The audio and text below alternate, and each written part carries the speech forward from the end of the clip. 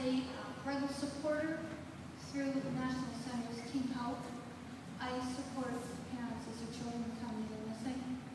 I can't tell you how amazed and grateful they are when I share with them that if their children are sighted anywhere in the world, that the National Center immediately send out those posters to those places, and how gratified they are, because as a parent, when your child's missing, you're not able to travel like that. You can't do that. You don't have the money, the time. You have other children. You have other responsibilities.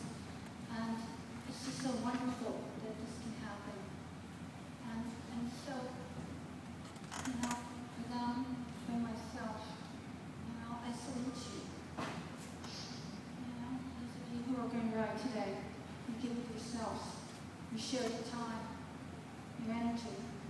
Most of all, though, you share your love. And you do that to bring our babies home. And thank God most of you have never been through that. Because when you lose a child, you just lose that child. You lose all the future moments of your life. Those first steps, first kisses, graduation, the proud face as daddy walks down the aisle, the grandchildren who will never be. This is what you realize when your child's missing. You don't just look around. You see an endless empty space that'll never be filled. And, you know, you fill that space because you work so hard to bring those babies home. And you know, of course, we've been through that. And on the very first day of 2002, for those of you who maybe didn't hear us when we spoke, it was an infamous year of murder and child abduction, and Alicia was the first of that year. She was stolen from us by Alicia's main predator. She was groomed, she was brainwashed, and she was away from her home. He held her captive, chained by the neck. He tortured and he enslaved her in his basement dungeon. She disappeared without a trace, and she was lost somewhere in hell, pitted against time and against a madman in a deadly psychological game for her life. We were told by law enforcement at this point that the chance of successful recovery was statistically 1,000,000 to 1. Can you imagine hearing that? 1,000,000 to 1. But law enforcement and we, as so many of the families that are sitting here today can tell you, we persevered because you did what you got to do. We love our children. And every day of their lives, they continue struggling and seeking, as we did, waiting for just that one little magic piece that would solve the puzzle. But magic has nothing to do with it. Miracles aren't magic. They don't just happen. They're created, crafted with love, strength, with faith, and with foresight. You need to know that I am alive and speaking with you today, only because there existed a dedicated Crimes Against Children task force who were able to put the pieces of the puzzle together. And my missing poster, as I am also a child recovered by my missing poster. This piece of the puzzle, this piece is you. You as part of the National Center, you who supported.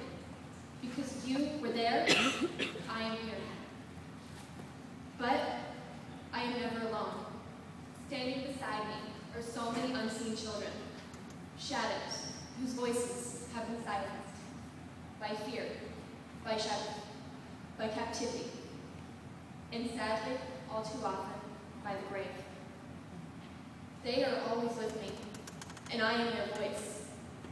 But if you listen closely, the posters themselves, they speak volumes. And never was I made more aware of this than last summer at the closing ceremony of the Surviving Parents Coalition for the Ride for Their Lives. I rode into the waiting crowd behind Mark Lunsford, whose little girl Jessie had been brutally murdered. Through a crowd of bereft parents lined the street on either side, each holding aloft a poster of their child. Each poster, each child, missing, lured, abducted, murdered. And I spied my father, clutching my poster, my poster of me at age 13. And suddenly, time slowed. It stopped as we moved past them. And for me, there was just silence. Dead silence. And I was riveted by that poster of the missing me. Just another precious little face among so many others. Absolutely no different. Yet, I was there, and I was alive, and jumping off that bike and into the crowd of those shadow children. Those other little poster faces, forever silence. They stared me down, and we were in complete accord. And it just wasn't fair. Why was I blessed? One lone child. For statistically, there in that basement dungeon, I had already been dead. A little body in my shallow grave, and it was a 1,000,000 to 1 chance that I'd ever be recovered. A miracle. But here I stand, today with this wreck, and for these children, have no doubt, you do not ride in vain. Today, you are crafting their miracle.